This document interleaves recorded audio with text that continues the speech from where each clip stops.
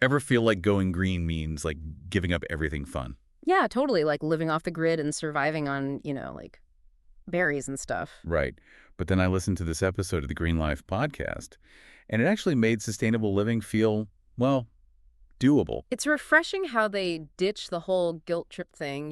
They get that it's not about individual perfection, but more about all of us making small changes that add up. Exactly. It's like they said, what if everyone just swapped out their plastic water bottle for a reusable one? Right. Suddenly you've got a movement, not just a trend. That really stuck with me, too.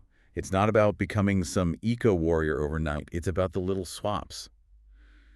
Speaking of, did you know every single piece of plastic ever made still exists Yeah. somewhere? Ugh, I know. It's terrifying, right? I mean, think about it. All those plastic straws, all that packaging. It just makes you realize how important it is to cut down now. Absolutely. Like they say, reduce, reuse, recycle. In that order. But, okay, let's get real.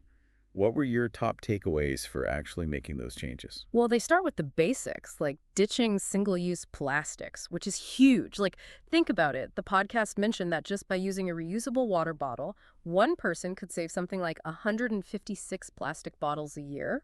Wow, that's wild. It's like a domino effect. You start with the water bottle, then you think about your shopping bags, your food storage. It makes you way more aware of all the plastic we use without even thinking. Totally. And speaking of things we don't always think about, saving energy. Oh, for sure. And it's good for the planet and our wallets. The Green Life had some really practical tips on that front. Yeah, they weren't suggesting anything crazy. No, just simple things like remembering to turn off the lights when you leave a room. Oh, and unplugging devices that aren't in use. My weakness. Mine too. But it's those little habits that can really make a difference in your energy consumption over time. You know what else I thought was really cool? How the Green Life tackled food and sustainability. Yeah, for sure. Like they weren't saying go vegan or bust. Yeah. It was more about making those little shifts in what you eat, you know? Exactly. It's about understanding the impact of your choices. They really break down how much goes into producing our food, especially meat. It really makes you think twice, right? Totally. Like, did you know that beef production uses a crazy amount of water and land? Not to mention all the greenhouse gas emissions from it. Yeah, it's kind of eye-opening. Big time. But even just adding in a few plant-based meals a week can make a difference.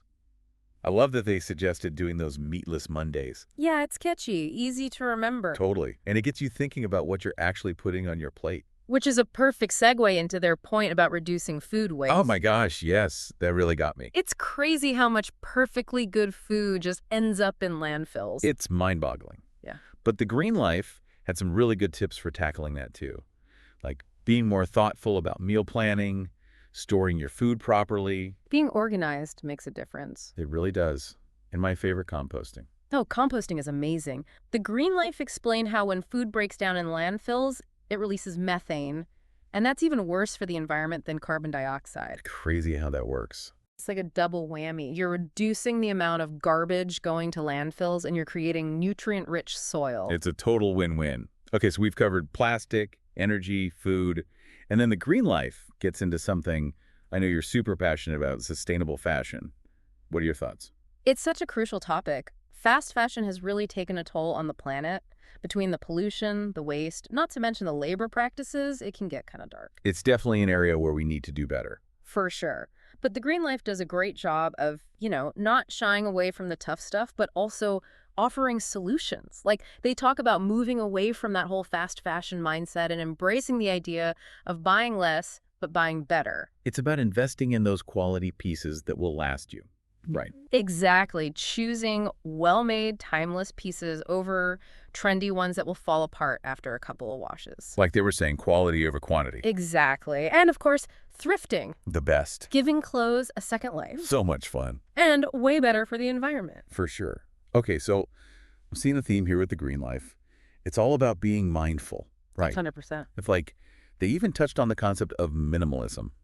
And not in a way that's like super restrictive, but more about being intentional with what you bring into your life. What do you think? I'm all about it. The Green Life made a good point that minimalism really goes hand in hand with sustainability, because when you're consuming less, you're automatically creating less waste, Yeah. less stuff, less impact. Right.